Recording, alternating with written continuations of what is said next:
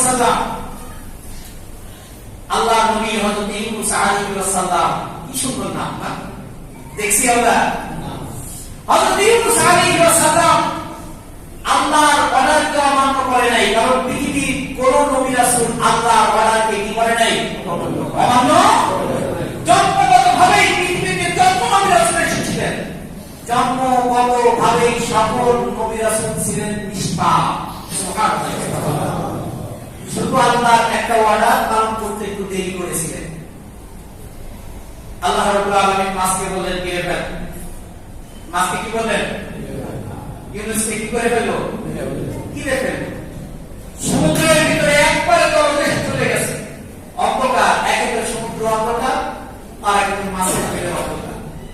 হযরত ইউনূস আলাইহিস সালাম আমার যদি মাছ খাইতো, আমার যদি মাছ খাইতো, আমার টেনশনের চিন্তায় ইষ্টমোহনে আরো সাম্পার করতাম। ঠিক না? ইউনূস আলাইহিস সালাম মাছের পেটের ভিতরে যাওয়ার পরেও আল্লাহর উপর থেকে ভরসা তিনি নিষ্ফল হন না।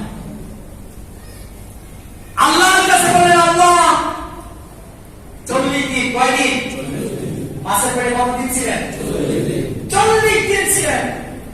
আল্লাহর কাছে বলেন, আল্লাহ লা ইলাহা ইল্লা আনতা সুবহানাকা ইন্নী কুনতু মিনাজ জালিমিন। আপনি ছাড়া কোন ইলাহ, আপনি ছাড়া কি নাই? কোন ইলাহ। আপনি পুত পবিত্র। নিশ্চয়ই আমি আমার উপরে জুলুম করেছি, আপনি আমার মাফ করে দেন। সুবহানাল্লাহ। এই দোয়া করার পরে মাছের পেটে অ্যাপেন্ডিক্সের ব্যথা শুরু হয়ে গেল। কিসের ব্যথা? অ্যাপেন্ডিক্সের ব্যথা হলে চিৎকার করে মানুষ। এই দোয়া করার পরে মাছের পেটে ব্যথা শুরু হয়ে গেল। আল্লাহ বলেন, মাছ এখন আর ইউনূসকে তোমার পেটে রাখার রাইট নাই, তুমি সাগরে একেবারে কিনারে এসে তাকে উড়াই দাও। সুবহানাল্লাহ। যেদিনকে আল্লাহ তাআলা মাছের পেট থেকে ইউনূস আলাইহিস সালামকে মুক্ত করলেন, সেই দিনটাও ছিল ইয়াউমুল আশুরা। কয়জন নবী জীবনে 10টা ঘটনা ঘটেছে? 10 জন নবী। কয়জন নবী? এই জন্য বলা হয় ইয়াউমুল আশুরা। ব্যাখ্যা বিশ্লেষণ করে এটাই এসেছে।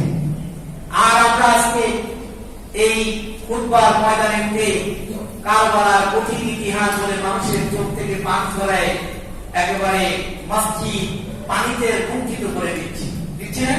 কিন্তু প্রকৃত ইতিহাস মানুষের কাছে কি করছি না? তুলে ধরতেছি। 3 নম্বর হল হযরত ইউসুফ আলাইহিস সালাম এত সুন্দর ছিলেন, এত সুন্দর ছিলেন। ইউসুফ আলাইহিস সালামের চেহারা দেখে মিশরের সেই সময়কার সুন্দরী সুন্দরী রমণীরা লেবু কাটতে গিয়ে, ফল কাটতে গিয়ে নিজের আঙ্গুল কেটে ফেলেছে।